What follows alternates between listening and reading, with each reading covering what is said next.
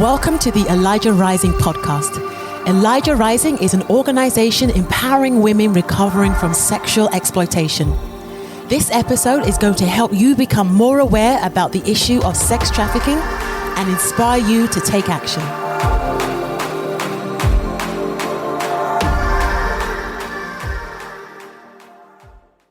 Welcome to the Elijah Rising podcast. We're so glad to have you here. We have an incredible guest today. We have Shannon from Out of Darkness, the anti-trafficking department of Frontline Response.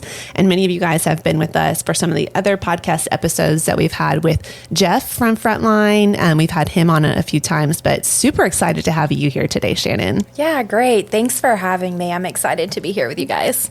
So we'll dive in. So you are from Atlanta as well. You currently work as the Out of Darkness Emergency Safe Home Manager, and you're also a certified addiction drug counselor. You actually have an amazing testimony of overcoming personal trauma from your family and exploitation. I'll let you get into that and share as much or as little as you want really later.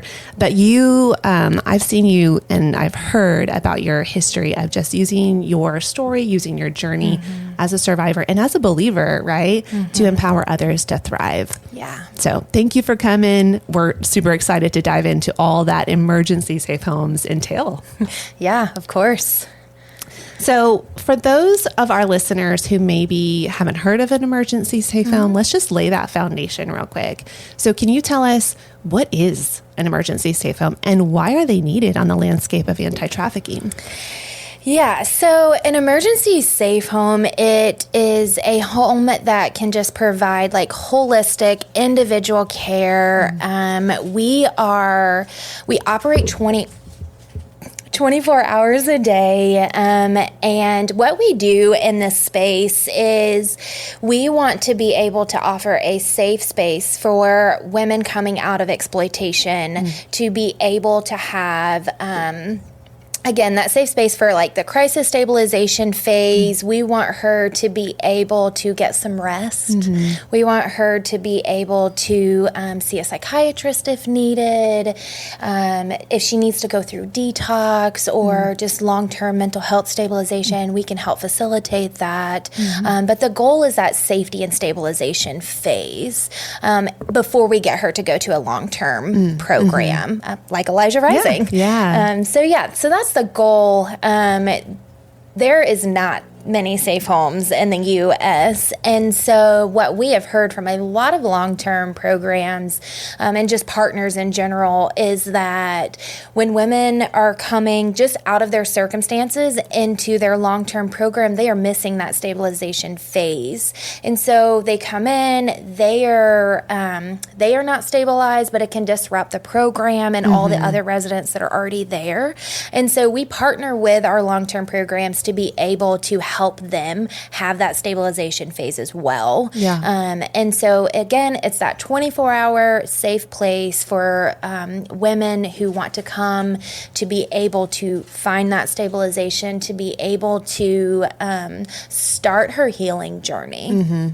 So you're receiving women directly from their moment of crisis. Absolutely. Yeah. So how do you get referrals? How do women come to you? What does that process look like?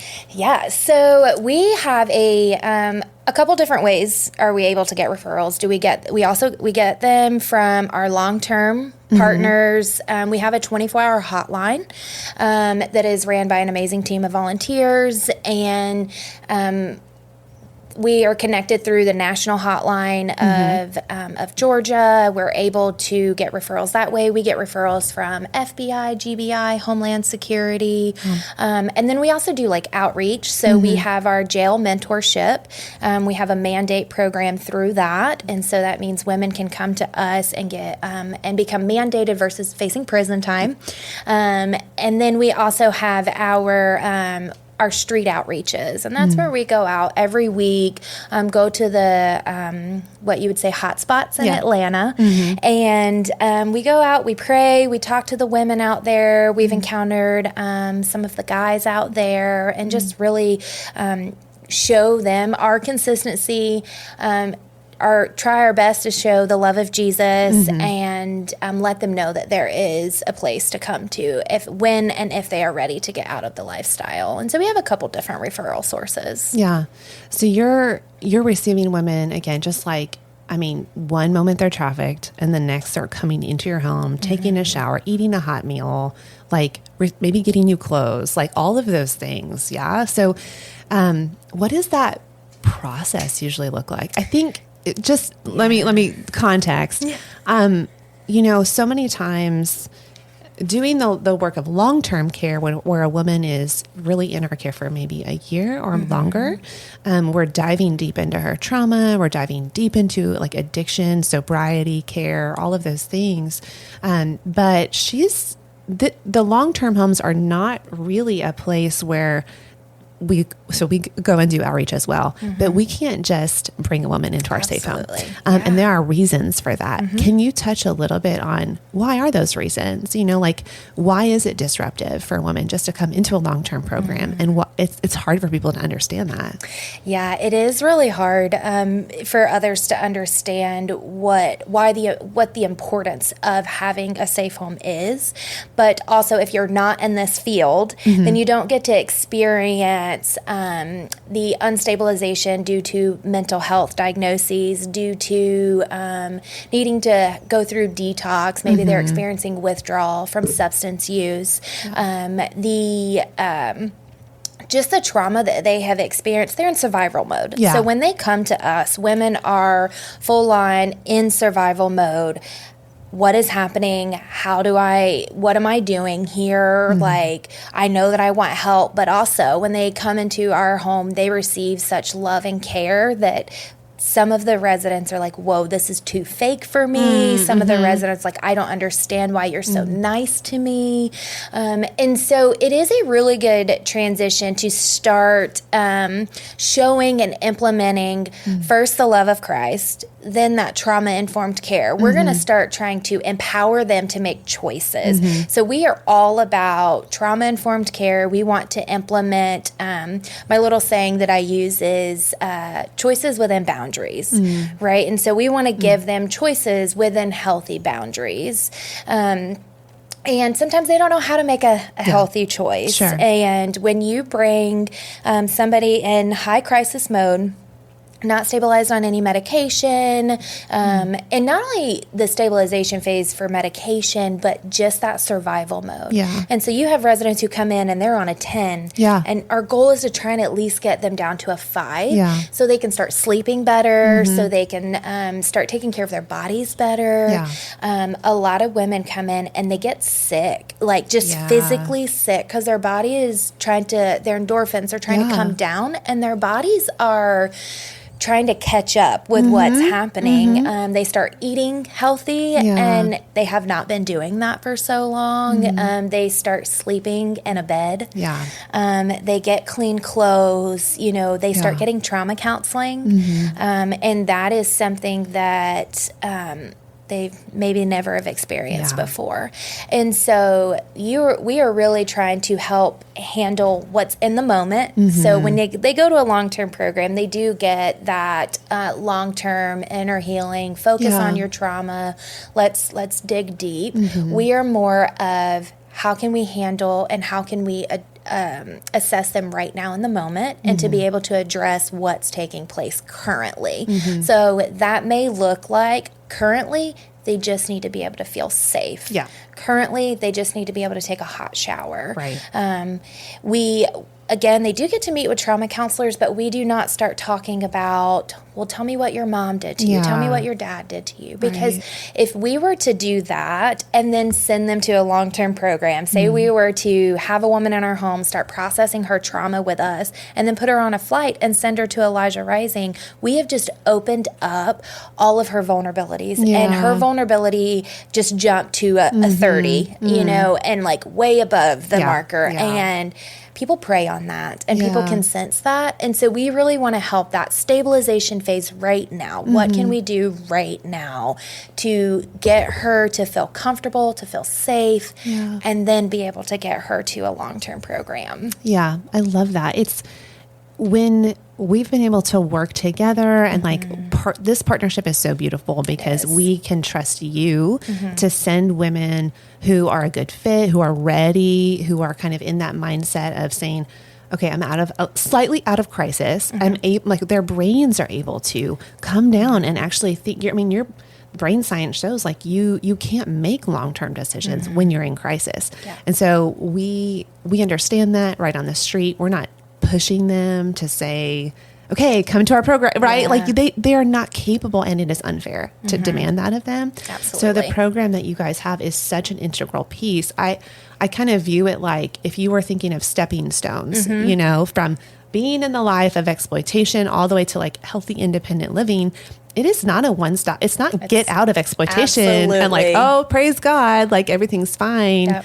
And I think on the outside, sometimes that's the misconception, you know, inadvertently, right? But there are a multitude of small baby steps and people along the way that need to like help her along the journey, you know? And you guys are that first step. You're like the triage, the ER. You're like, okay, let's get her into a bed and let's assess what is actually going on. Does she need medical detox? Does she need to go to a hospital maybe? Does she, right? All of these things, you guys can just come around and surround her. It's so beautiful. So Shannon, can you share with our listeners a little bit, what does a typical day look like? I think we have a picture of the person who's coming in and maybe her frame of mind. What do you do on a daily basis, and how does your staff kind of navigate a typical week maybe? Yeah. So when they first come into the safe home, you've heard their mindset. You've heard where they're at. The first thing that we do is we're going to greet her just with love. And, you know, we'll go through our intake process. Every resident, once they come in, they get what we call a welcome basket. And that has all of her hygiene. It has a Bible. It has a journal. It has a pen. It has her towels, washcloth, everything that she's going to need. We find out, like, does she have clothes? Does she not have clothes? Yeah. What is she coming in with? Does she have shoes? Does she not have shoes? We always give everybody a brand new pair of underwear and a set of pajamas. So once they come in after that intake, they can go take a shower. Yeah. It's really the first thing, just like, go take a shower, wash some of this stuff off, and get some rest. Yeah. And so that first 24 hours is very vital for them. So we do not expect them to come in, shower, start your day. Yeah. Like, you're not jumping into anything. So depending on where they are at coming in, if they are somebody who's been on substances that does not require inpatient detox, sorry, then but maybe she needs a couple days of rest. And so there's always a first 24 hours of just rest time. So they come in, they shower, then they get some rest for the first 24 hours. And then, you know, if they need a couple extra days, totally fine. Like, we are okay with that because that's important, right? Their body is trying to settle and really trying to catch up with what's happening around them. And their mind is trying to settle. And so if they are good to go within the first after their first 24 hours, then they will get introduced to classes. And so we do what we call block scheduling. And so we can say, ladies, you are in class from 9 to 12. A lot can happen between 9 to 12, right? We offer Bible study starting every morning at about 9:20.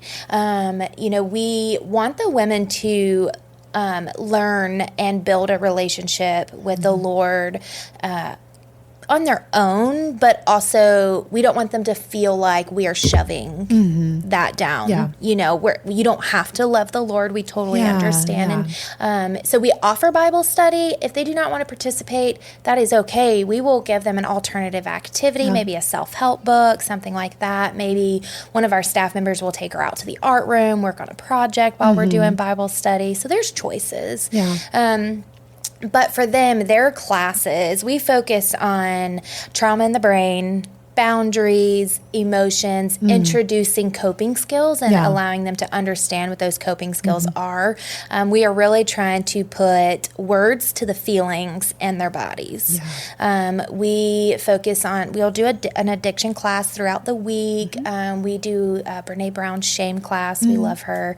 And then our trauma counselors will teach a class and just talk about not only trauma in the brain, but just how trauma affects the body. Yeah. So trauma can affect your body in every way possible. And trauma from 3 years old will still be affecting you at 37. Yep. So that's our classes. Now, classes typically run, we do 9 to 12. We have lunch. Every day at 1 o'clock, they get to take a nap. It is our designated rest time. Amazing. We say you can read a book, you can just rest. Everybody takes a nap. That's amazing. That's okay, right? So we know that they are trying to get in the routine. So we're not expecting for them to just get it. That's an unrealistic expectation for the women. And then at 2 o'clock, they have a really light class. We do just like a mindfulness game or some type of self-help or just something very light. And then we do what we call personal development, and that is just where they take those coping skills that they have learned, or we're introducing coping skills, or if they've already met with counselors, then they've already learned what helps them, or trying to introduce new coping skills. So there's a couple different phases. So from 3:30 to 4, we're really wanting them to focus on that coping skill side. And then, we ask that they just kind of help keep the house tidy. And then the evenings, they do, movies, play games, just kind of really chill.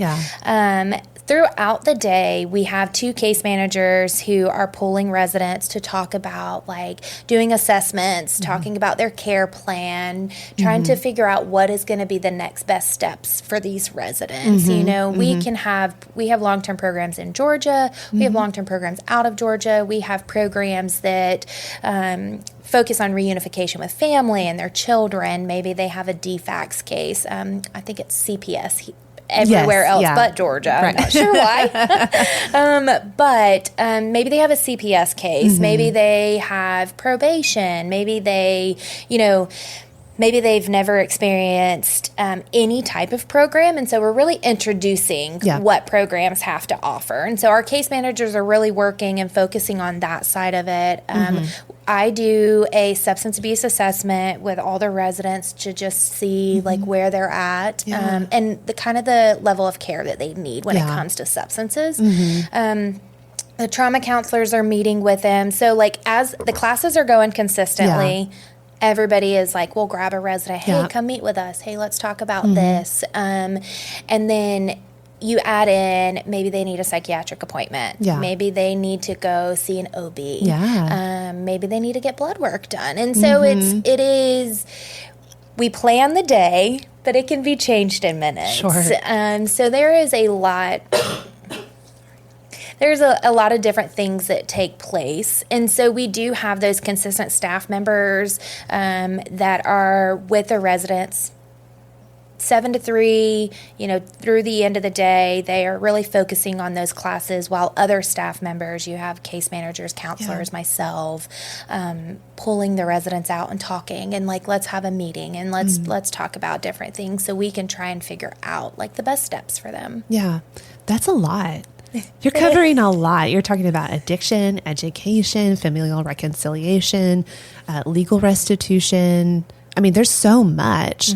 While you're also, I hear this, that you're, I want to phrase this right. You are making sure that their attentions are focused, their energies are focused, because I feel like I've heard this before, but just, boredom is the enemy of trauma. And if they're just sitting around thinking about their pimp, thinking about, right? You don't want those things to be stirred up. So you have a lot going on. We will talk after the break a little bit about what does the staff look like? And what kind of quality of staff and number of staff do you need to run this? Because you've mentioned a couple times that you're 24/7. So it's incredible. Yes. So we'll dive a little bit deeper. We'll take a break for just a moment. Come back with us and you will not want to miss the rest of this interview. Hey, thank you for listening to the Elijah Rising podcast. If this episode has impacted you in any way, let us know. Go on Facebook, YouTube, Instagram, or go to our website and send us a message. Let us know how these episodes have impacted you.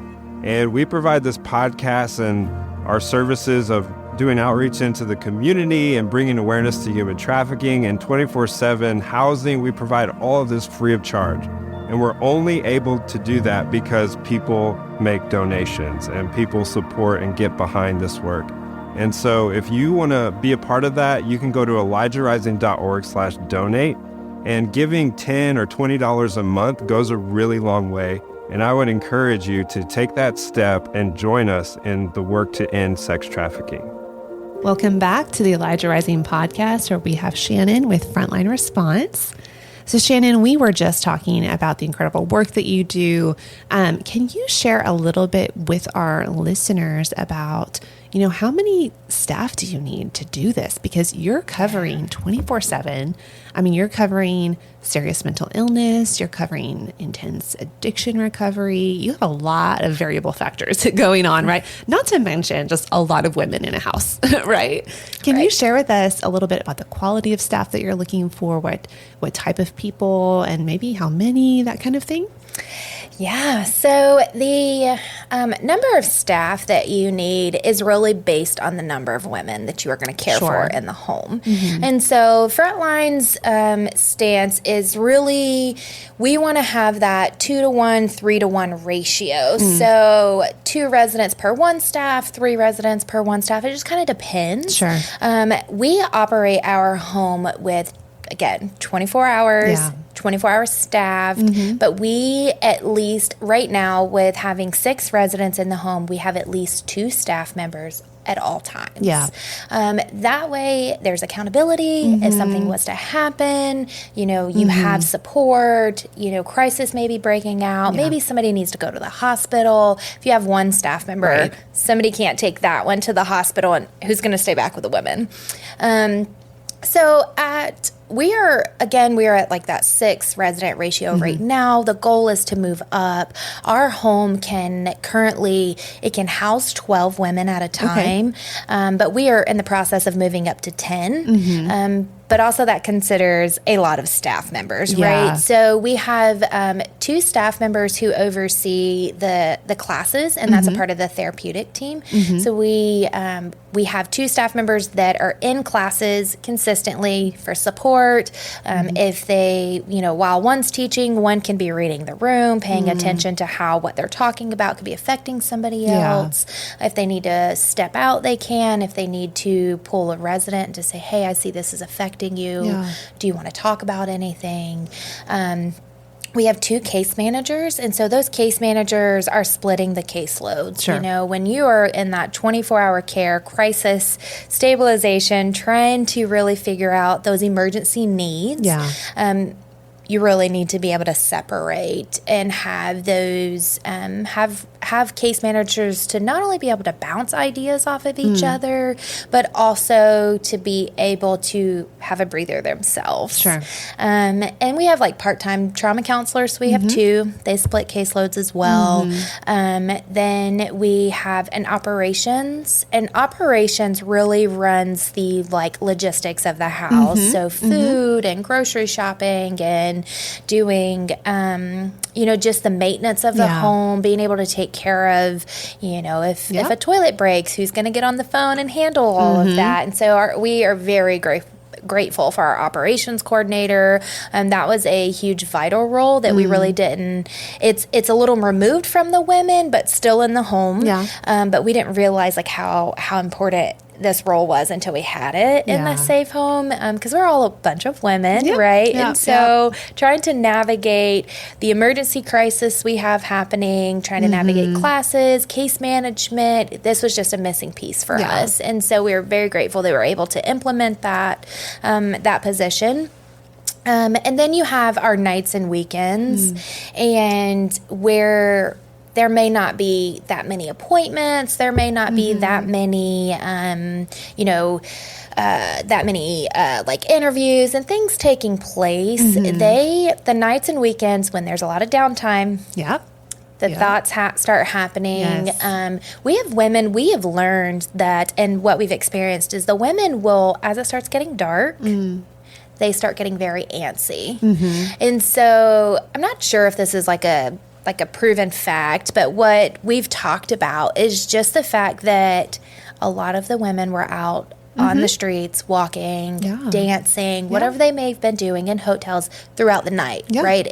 Yes, it happens during the day, but it's so busy at night. And so they are busy at night.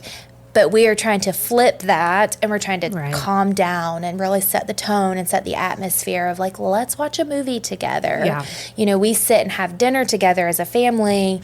That brings stuff up as well. And so there's a lot of triggers and a lot of exposure that is taking place within this home that the women don't realize is happening, and sometimes we don't realize it's happening. And so having those nights and weekends staff members, they have to be on guard. They have to be able to pay attention to what is specifically happening. They have to be able to recognize that maybe a family meal is just a little more triggering for this resident. Maybe they watch a movie that they talk about a child, and maybe somebody lost a child, just different things that may take place. And so it takes a village. Literally takes a village to run this home. And before we started our increase in our number of residents, which we want to be able to serve more women, which is why we really want to be able to have more homes in different states.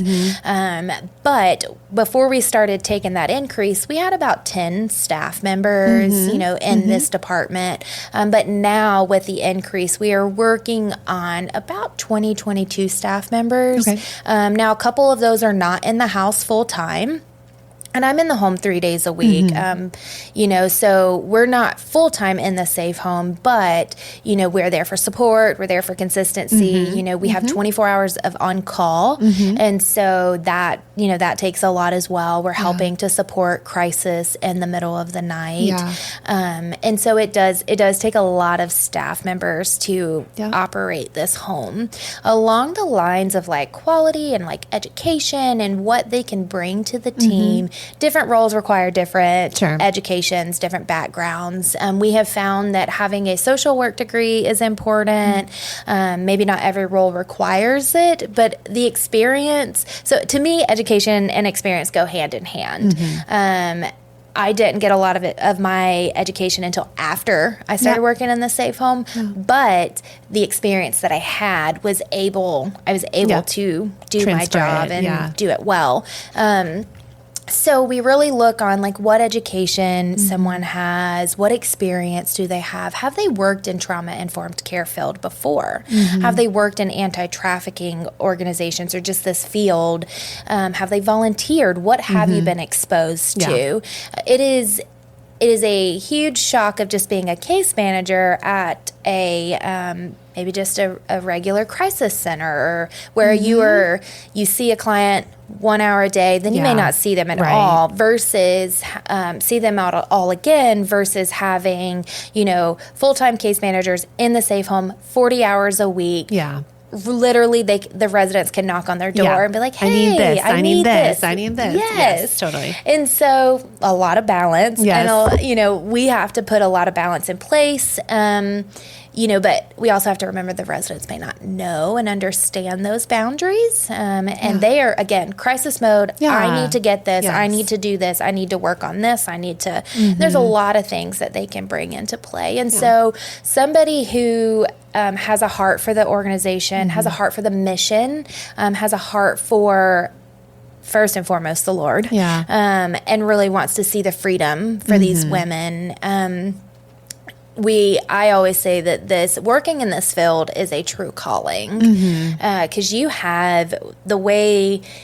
It's a lot of exposure to trauma. It's a lot of exposure to just, for us, it can raise anxiety and for fear. Absolutely. And, if you're not if you don't understand what you're getting yourself into, then it can really be setting that staff member up for failure. Yeah. And so we really want to focus on a lot of education as well. So if somebody comes in and they have maybe some or just little of experience in the anti-trafficking field, then we will really focus on that. But maybe they come in and they've done social work or they have a degree in social work, so it just kind of really depends. But trauma-informed care is so important. I know now trauma-informed care is really blowing up, but it wasn't. Like anti-trafficking organizations and just this field is blowing up as well.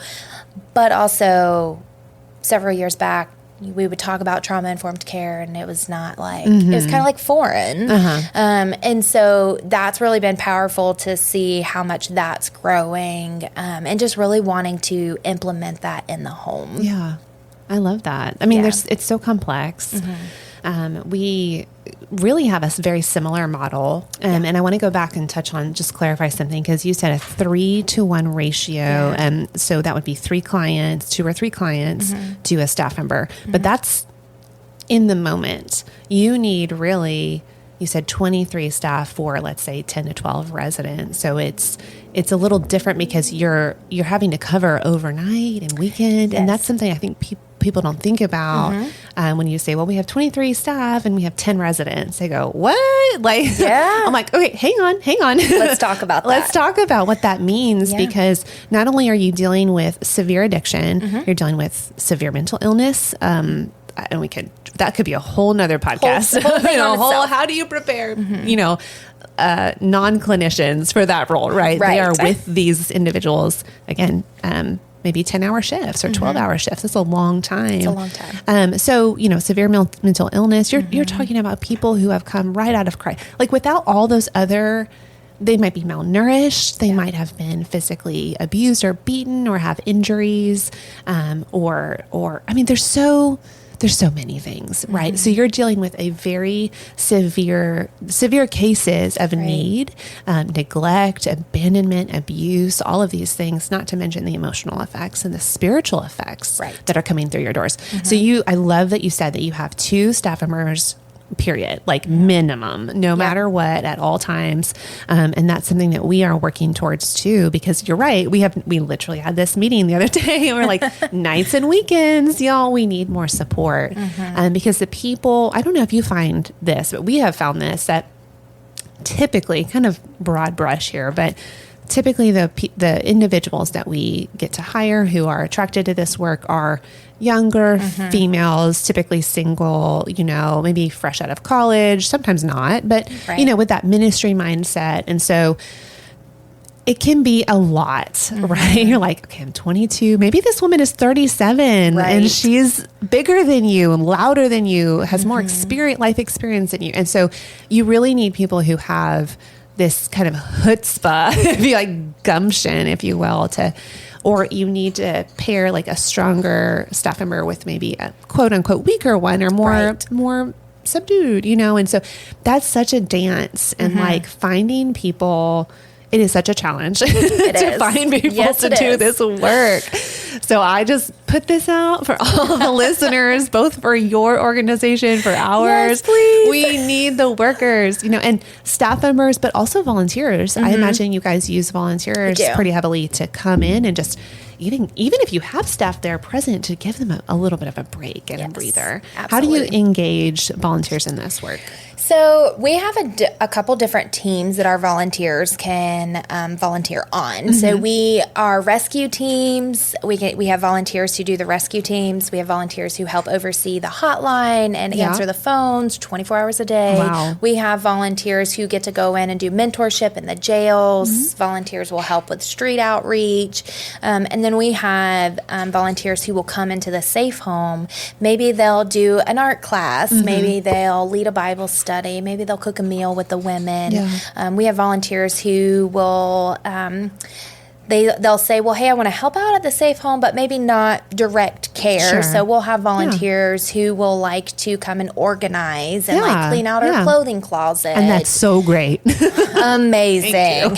And so we're always looking for volunteers to be able to assist the women and also to be able to assist staff. So we have volunteers who will cover, because we operate 24 hours a day, and we need staff 24 hours a day. There's not ever a time that we can just pull staff members out of the house. But we also still need staff meetings.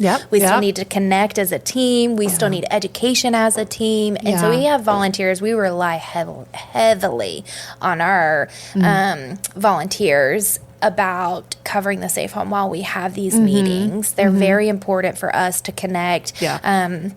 Frontline has headquarters, and then our safe home is separated from that. So we need time to be able to go to Frontline, to be able to connect with those, the other departments that we have, to be able to connect with leadership over there. So we need those volunteers for sure. And the women really love having the volunteers come in. It's a good experience. They say, oh, well, you're here because you want to be here. And we have different volunteers who have, just different what is that word I'm thinking of? Just different, not only experiences, but just skills they can bring in. And so they are so important for us. That's awesome. I love that you can lean on them, you know. So let's shift gears a little bit and let's talk about the clientele that we're seeing, that we're serving. Have you noticed any kind of new challenges or kind of trends that maybe come to the surface for you? I mean, I know there's been changes like in drug culture and just the severity of that. And I mean, how do these, I'm giving you a very broad question, right? It's fine. But anything different or new, or maybe it's not different or new, maybe it's just something like, hey, here's a trend that maybe most people don't realize that you're seeing come through the safe home? Yes. So just recently, I know everybody brings up COVID, but when COVID hit, everybody knows the world shut down. What we started seeing in that time was higher psychosis. Women would come in and they would stay in these manic states, and it was so hard to get them out of them that they would be fluctuating. The mental health jumped really high for us during COVID. And then after the fact, when COVID's died down and we're really trying to get the world back into normal, the mental health did not go back down. We had a training, we do like mental health first aid with all of our staff. And this was like October 2020. And I asked the facilitator, I said, why are we seeing this increase in higher mental health? Just the women are not able to get stabilized. Like what is happening? And she said that the groups, the support groups, the mentors, hospitals stopped really taking patients to the fact of like, you can't just come in and sit. You can't just, stop seeing face to face. Things went to virtual. Right. And for somebody who is experiencing the higher level care of trauma, the higher level of care of mental health, then you throw in the substances, and then the drugs itself have changed drastically. Right. They have this new tranquilizer drug out that it's mixed with fentanyl and a horse tranquilizer. Oh my gosh. But if somebody does it, the naloxone, Narcan doesn't work on them. And so people are dying from that. The opioid epidemic skyrocketed during COVID as well. And it's like sometimes, like since we have went way high, through COVID, everything has jumped. Nobody was seeing anybody. You had no NAs, no AAs, CRs. You had no psychiatric groups. You didn't have anything. The world genuinely shut down. Nice. But, I mean, for one, we did not. We were able to continue to work, but there were so many places, so many women, so many men who did not get the help that they were receiving beforehand. And so that is something that I feel like in this field we haven't fully came back from. Sure. psychosis is huge. You know, schizophrenia is huge in this, and just working in this field in general. And then you throw in the substances on top of that. Another thing that we've really been noticing over this past year, I think it's like been there in general, but what's really been happening for us down in Georgia is maybe we see somebody who is, we've had residents swallow screws, and we take her to a hospital and they say, oh, it was an impulse decision. She does not need to be admitted. And I'm like, what do you mean? What do you mean she doesn't need to be admitted? I'm very confused. We work with one of the hospitals and one of the doctors, and I just asked him, I said, why are hospitals denying residents? We've had a resident who has told us she had an active plan. We took her to 3 different hospitals, 3 different places, and they would release her within the hour. An active plan for suicide. An active plan for suicide. Yes, sorry, let me clarify that. An active plan for suicide. And a doctor had told me that, what about, a doctor had told me that they were really trying to keep it to where they did not admit these patients, and I'm like, they need it. Our goal is to bring in, we're not trying to kick them out of our program. We're not trying to release, like none of that. We're not dismissing. No, we are trying to get them that 5 to 7 days of stabilization. And I will also say we've already had them see our psychiatrist, who is virtual, so you put that into play. But they've already seen our psychiatrist. They've already started medication, but maybe they just need that inpatient, that direct care, that let's play around with these medications. We have learned, so much education behind the chemical imbalance when you play into trauma and the chemical imbalance that it brings to your body. And so where we're trying to run a safe home, you have right now 6 women who are all up and down, going through different backgrounds, different mental health diagnoses, different substances, but we're trying to get them to get stabilized on medications. Sometimes they just need a little more inpatient direct care. They need, nurses and doctors to facilitate and oversee them. We are struggling with finding those facilities that will want to do that. And so we are saying, hey, like 5 to 7 days, like let's get her stabilized. Let's play around with the medication. Let's get her that right dosage, that right mixture of medications to be able to help her get through. Because if they are not in that place of stabilization, if they're really trying to focus on staying out of psychosis or falling in and out of psychosis or falling in and out of suicidal ideation or active suicide, we are trying to, they can't focus on anything else. Yeah, absolutely. So we have to focus on that stabilization. Right. And so we say to these doctors, hold her, inpatient her 5 to 7 days, and then we will take her back. We will bring her back to our home. Like, we don't want her released to the streets. We don't want her to have to go back. We will bring her back to our home, and then we are able to really assess. We are able to work with her to find that long-term care program, and also we want to collaborate with our partners and to be able to set them up for success. Absolutely. So if we were to send a resident to you guys who was completely unstable, it was kind of like, well, what's the point of her coming to our home? Like, that's our job. That's our goal. We want to help that safety and stabilization to be able to set her up for her best future and also set our partners up for that. And so mental health, substances, it has skyrocketed. I feel like it's just like a shift in what we are seeing. And I absolutely believe that the new drugs that continue to come out all the time, that does nobody any good with mental health diagnoses. So we're trying to keep up with the times. We're trying to keep up with, just this new world. We're trying to keep up with everything that is taking place, new diagnoses, new medications, new substances, while also still trying to maintain this home. And if we're not educated on what's taking place out in the world, how are we able to care for the women best? So I am always looking into education and always looking into, okay, what's new? Where are we at? I rely on our partners. If you've heard something that's new, share information. Share that information, working together. We have to do that in this field. I love that. And I love that that's your y'all's heart. I mean, you guys are very collaborative, and I've seen it not just with our organization, but across the board, across the nation, and just everyone speaks so highly of you. So, of the organization. Yeah. I think this is such a good picture for those who are listening. We have painted a little bit of a dire picture. Yeah.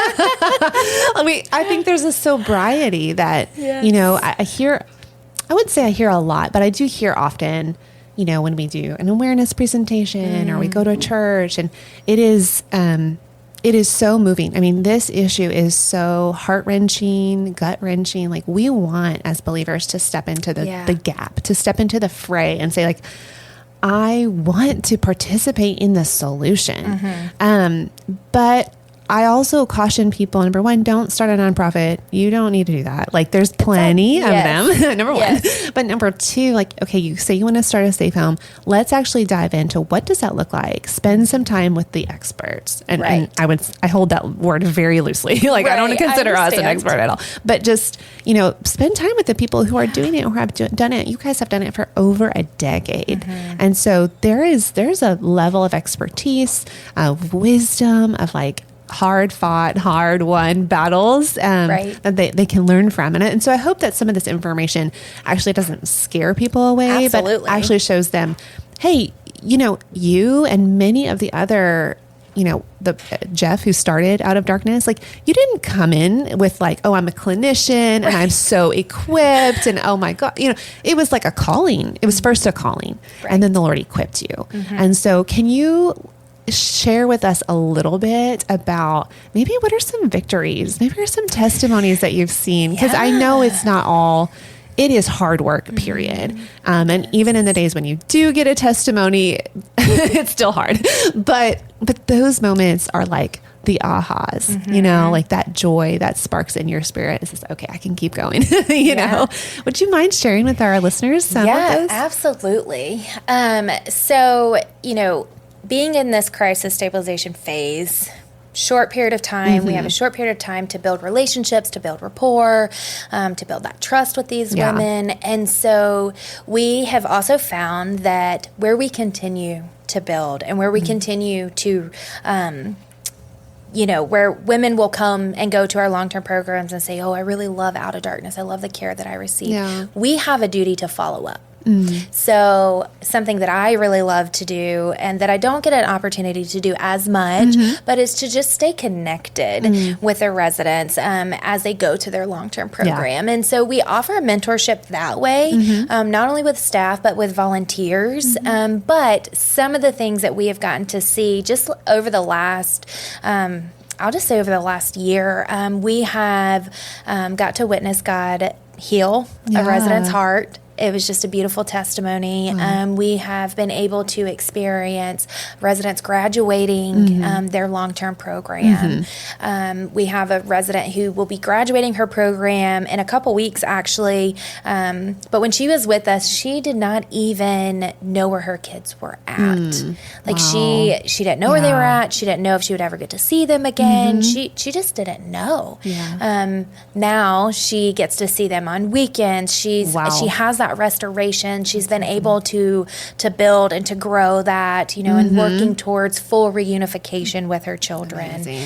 We've had, I think that's one of the biggest blessings. I got to take a resident to visit her daughter for the first time in years. Oh my gosh. And it, I get teary-eyed. The vision that I got to see physically in front of me, but also what I entailed it as was like, I got to see the daughter run into her mom's arms, a grown daughter. Okay. We're not even talking about a kid. We're talking about a grown daughter run into her mom's arms. And it was just like, oh my goodness, thank you, Jesus. But then the Lord gave me a vision of like, that's how he wants all of his children to run into his arms. And I was like, okay, I'm just crying. But it was a beautiful testimony. And it's like, sometimes we don't always get to see those, but it is the seed that we get to plant while these women are in our home and to where they want to continue to stay in touch with us. We've seen women get completely healed, mental health diagnoses. Wow. We've seen women get cars, great jobs. We've seen women want to go back and get education and really be in a place of, I want to better my career. And it's not always easy when they start. It's trial, it's error, it's how do we do this? What am I doing from here? But the victories are absolutely beautiful. Yeah. And sometimes we may not get to talk to them for 6 months to a year, but then they'll call and they'll say, I've done X, Y, and Z. And it's like, proud. Thank So proud. you. Yeah. Yes, it is amazing.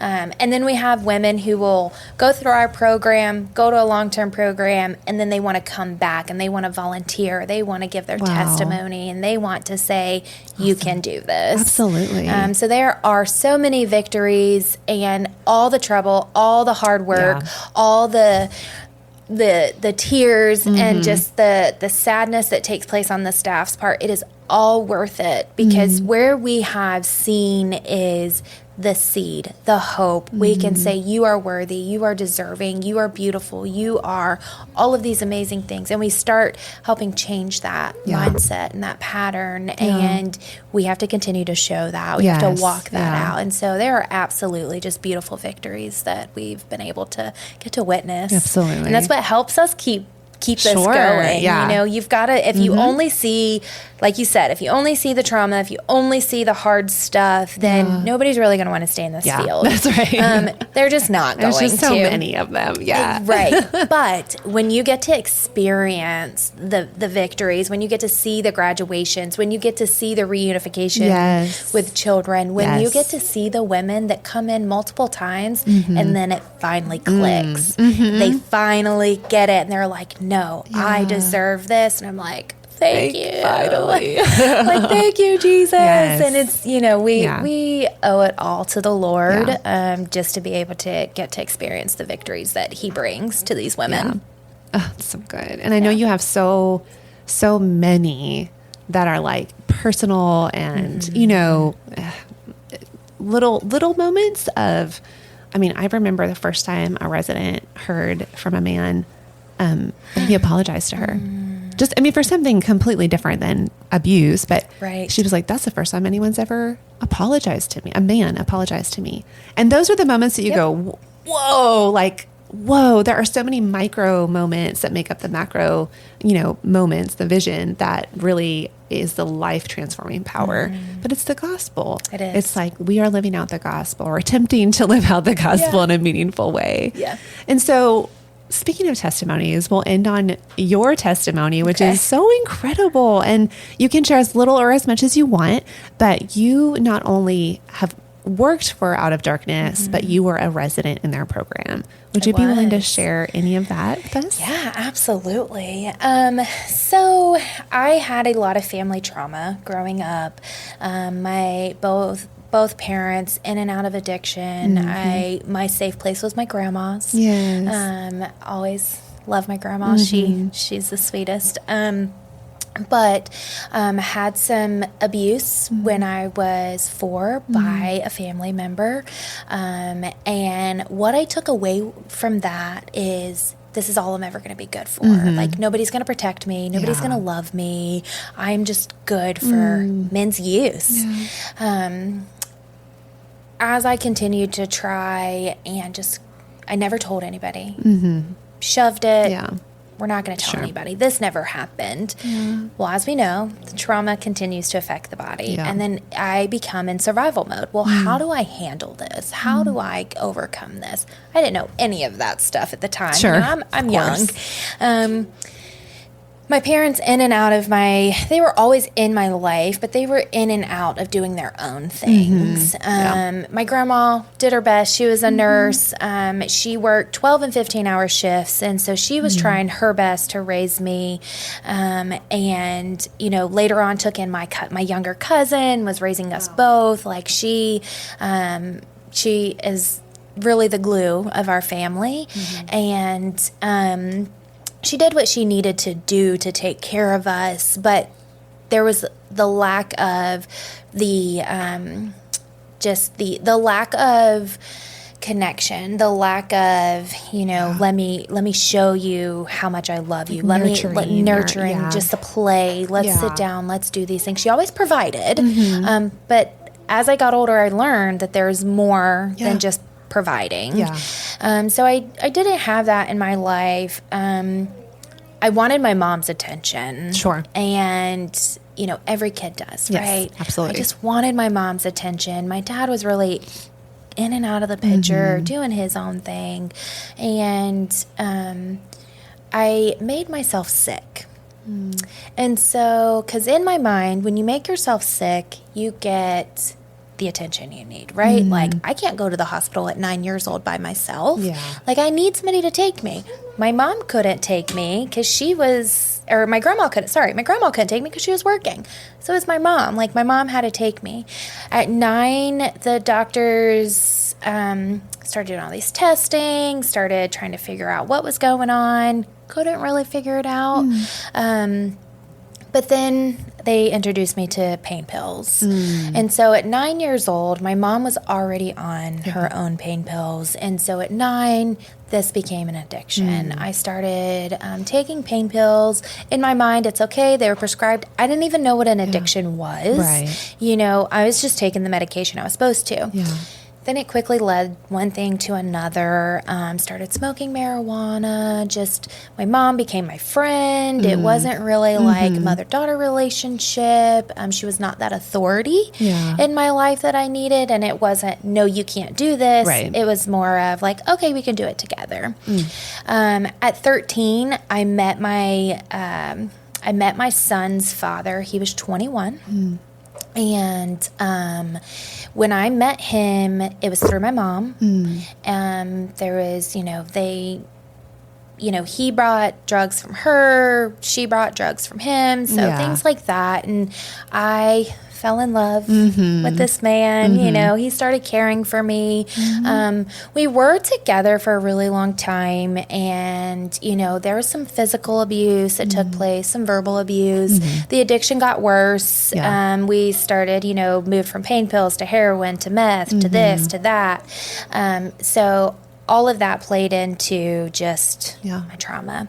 I got pregnant at 16 and had my son at 17, and I thought, he's going to save me. My son's going to save me. This baby's going to save me. Well, he did not. Only the Lord can save. But in this moment, I really thought my son could. But what happened was I continued to be in my addiction, dropped out of school, wasn't really taking care of myself, really trying to be with this man at this point, selling drugs, doing drugs, just trying to survive, really. I ended up, unfortunately, doing the same thing that my mom did to me, kind of left my son, with my grandma. And right before my 21st birthday, this man passed away. And I was with him from 13, almost 21, and my whole world, even though the abuse, the addiction, all of it was in there, my whole world, I felt like ended. I didn't know what I was going to do with myself. And so somebody told me about stripping, working in a strip club. And so I was like, oh, okay, I could do that. Right. So I started working in a strip club, and that is where I met a madam, and she said, you can make way more money. I can provide you with all the drugs you need. We can do this. And so I was like, okay. And that became very dark, very fast. So I was literally in a hotel. It was like a 9 to 5 job. I was able to go home at night. I was able to do things like that. But I was in this hotel all day long, doing whatever I needed to do because she got the money and I would get a pain pill. And so that ended when I went to jail for shoplifting. I became more trouble for her versus benefit. Income. Income. And so so after jail, continued to get in trouble. And then I started prostitution on my own, would make money that way. And again, jail was in the mix. I could not stay sober. I couldn't stay out of jail. And the last time I went to jail, so first what happened was I overdosed. I overdosed on heroin. And when I came to, I was as white as white could be, and I heard a voice say, "You need help." Wow. And I was like, what is this? Like, what is happening? I heard that voice say, "You need help." Wow. Looking around me, everybody, including family, was still doing the exact same thing. Nobody was paying attention to the fact that I overdosed. Nobody cared what was happening. A couple days later, I went to probation, and I was going to fail a drug test, so I knew I was going to jail. And I looked at that probation officer, and I remember his face. Do not remember his name, but I remember his face. And he was like, "Ma'am, you're going to jail." And I looked at him and I just said, "Thank you." And he just kind of looked at me like, what? Nobody ever says thank you. For sure. And I said, if I didn't go to jail today, I was going to die. Wow. That I will remember just like yesterday. Like, it is like, okay, I heard that voice. Something told me. I know now. I know now it was the Lord, but in that moment I was like, what is talking to me? Yeah. So something told me I needed to get some help, and so I did. Not by choice, obviously. I went to jail. You had some assistance. I had some help. Yeah, I feel like that was the Lord just pushing me along, saying, totally. "I'm going to help you get the help that you need." In jail, I was in jail for 4 months. In that process, in the time of being in jail, I was told that I was going to go to prison. I was facing 5 years in prison, and they were like, "We are done with you. You were in and out. You know, you just can't keep things in order. You're going to go to prison." I remember after I left that court hearing that day, I went back to my jail cell, and I hit my knees. Yeah. And I said, "Lord, like, this isn't it. Like, what is happening? Like, Lord, this is not it. What am I going to do? Wow. Lord, I need you." Yeah. And I remember just crying out to him and just saying, "Lord, I need you." And I bargained, and I was like, if you get me out of this, I will do whatever. I will serve you for the rest of my life. And I remember shortly after, Out of Darkness came to the jail to do a presentation. Oh, wow. This is what we offer. Yeah. This is the criteria. I remember writing my first letter to a volunteer named Tina. She still has my letter to this day. Tina. Yeah, we love her. I wrote a letter to her. She came to visit me in jail. She brought me a Bible. Wow. And she did her little assessment to see if I would meet the criteria for the program. And I did. Wow. And I was like, well, I was told I was going to prison. I don't know what's happening. Right. My attorney changed. The judge changed. Whoa. That was the Lord. Wow. So I got a new attorney. I talked to him about this program, and they went. Out of Darkness went to court with me. Wow. And they mandated me. The judge said, "Okay, we will give you this opportunity. If you mess up one time, you're going to prison." Right. Like, all right, okay, here we go. So that was still my choice, though, which is amazing. I could choose to go to prison. I could choose to go to a program. Yep. I went to Out of Darkness. That was the first time that I genuinely felt like the Lord wrap his arms around me. Oh, my goodness. I felt love. I felt the unity. I felt the family atmosphere that they created within the home. Wow. And it was very unfamiliar, the whole setup. Never went to a program before, never felt this type of connection, and never genuinely felt the Lord. So in that time, I was at the safe home for 2 weeks, met with a case manager, met with a safe home manager at that time. And I remember saying to the old safe home manager, I'm going to come back and work here. Oh, wow. And she was like, And you're there for like 2 weeks. And she's like, okay, honey. And she's like, okay. Okay. We'll see. She's like, come back and take my job if you want it. Oh, And I'm like, okay. Think nothing of it, I end up going to a long-term inpatient residential program where we focus on inner healing. Wow. Holistic inner healing organization. I was there for 21 months. Wow, yeah. I was very stubborn. It's okay, in that time frame of being there, I was facing a CPS case. My son was in foster care, and the judge was going to terminate my rights. So I went there in December. I got there on December the 8th. March 20th, the judge was like done, gonna terminate my rights. I'm like, I'm really trying now at this point. Well, I wasn't trying before. I wasn't. And then I was sitting next to my attorney, and I heard the Lord say so clearly, sign your rights over to your son's aunt and uncle, and I will restore your relationship with him. Whoa. And I was like, what does that mean? I started bawling. My aunt and uncle, or my son's aunt and uncle, are sitting behind me. My son was not there. He wasn't in the room at that moment. And I looked up to my attorney. He was sitting to the left of me. And I said, what would this look like? What would it look like for me to sign my rights over? What's the process? Would I have a relationship with my son? And he said, it would give you an opportunity for an open adoption.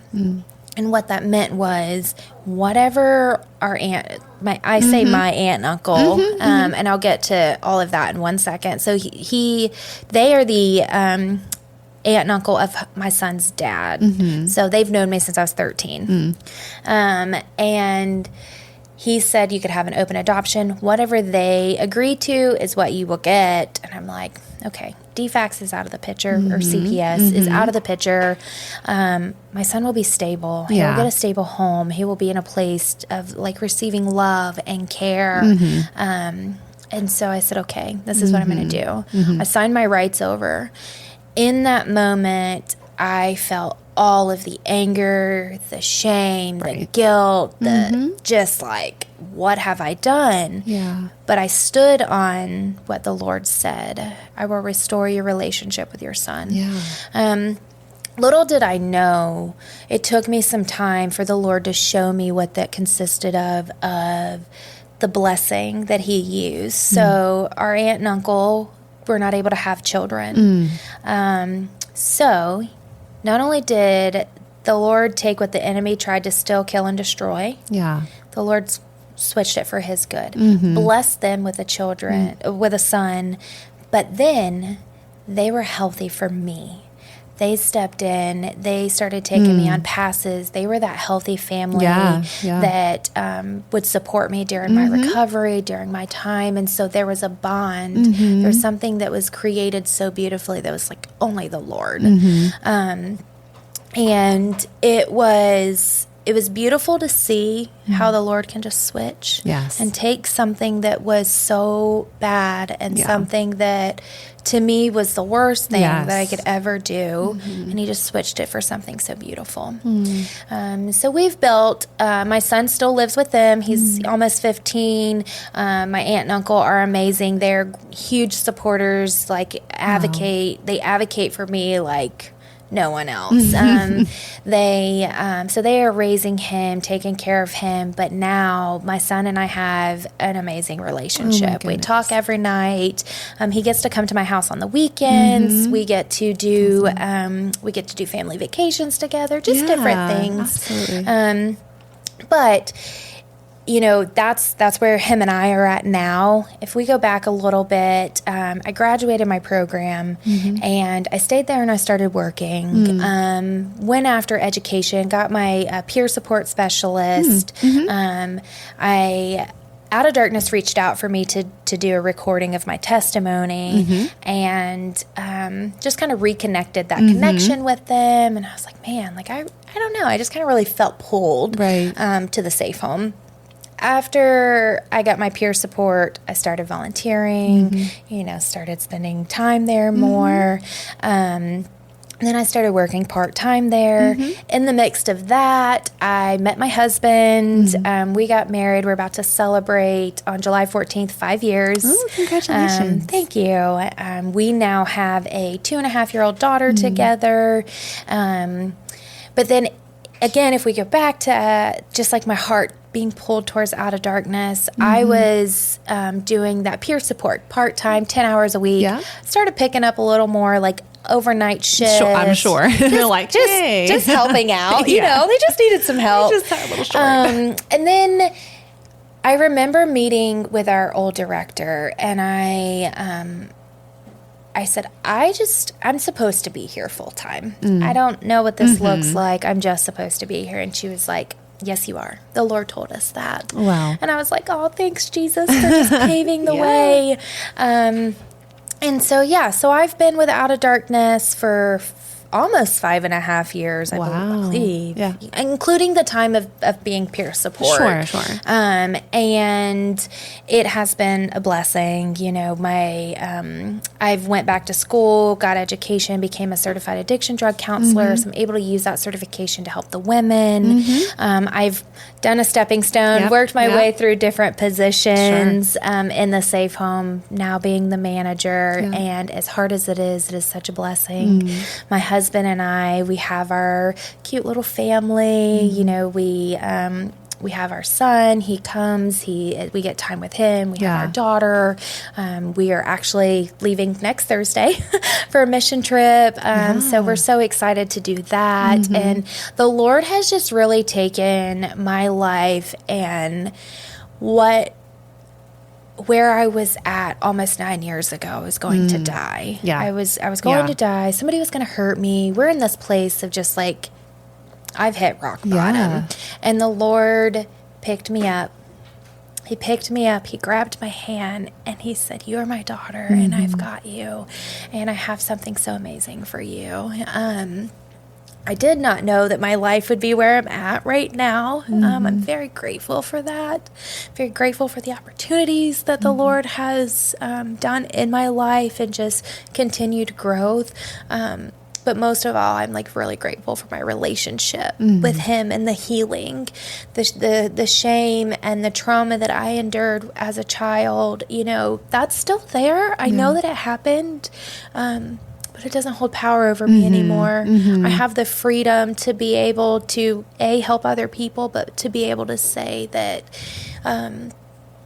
that did take place, but it is not who I am. Sorry. No apologies needed. So that's my story. It is a redemption story of the Lord, ultimately. It was not easy. Life is not easy, right? And when somebody you would say normal, who don't experience trauma or substances, it's not easy for them. Right. But then you add on just the abuse and the trauma and the substances and the self-hatred and the shame, and you add all that stuff in, and it's not easy for those things to happen, but it's also not easy to relive them and process them. But I am very much so grateful that I've had the opportunity to process, to heal, to be an overcomer. Absolutely. I stand proudly and I say that I am an overcomer. I am a survivor. I am a survivor of trauma. I'm a survivor of substance use. I'm a survivor of exploitation. Yes. And I'm just a survivor of saying that there is restoration that can take place with the Lord. That's amazing. Thank you for being so open and sharing your story with us. Thanks. I think one takeaway is, we can do this work all day long. And I think so many people are called into this work and we have to be obedient to that. But really, at the end of the day, from your story and so many other women that I've heard, it is the Lord intercepting their lives in the middle of their pain and then drawing them piece by piece, moment by moment. And maybe that looks like different people step into their journey, but it's really that continuous thread is the Lord bringing them to a place of healing.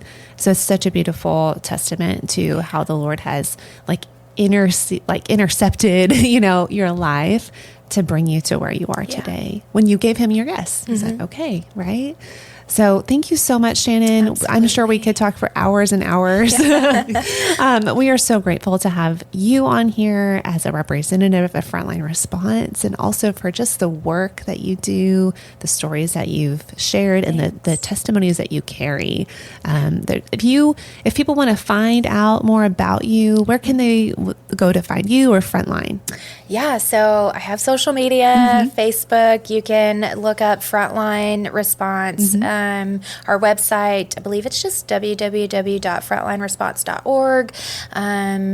Those are probably the best ways to be able to find me. Yeah, awesome. Always email me through Frontline Response. Absolutely. You can email me if anybody wants to know more about my story or just more education or anything that I could offer you guys and your organizations. Please feel free, reach out. I want to be able to share what I can share. Now, I know I do not have all of the answers, but I want to be able to help. If we don't have an answer, then let's work together to find that. Yeah. It's so important. And you need connections. You need kingdom connections. Yes. You need the partners. This work, you need each other. You really, really do. And so I am completely open and just, I'm very grateful. Thank you for having me today. It was our pleasure. If you want to learn more about their organization, it's frontlineresponse.org. They're incredible leaders, advocates in this industry, and do incredible work. You can also find out more about Elijah Rising, elijahrising.org. You can subscribe, so you can get the latest information and up-to-date podcast. Thank you for listening, and we'll see you next time. Thank you for joining us today for this episode. If you were inspired by this content today, please share, rate, and leave a review. Also, please consider making a donation at elijahrising.org/donate. Your support helps us continue the vital mission to combat sex trafficking. Until next time.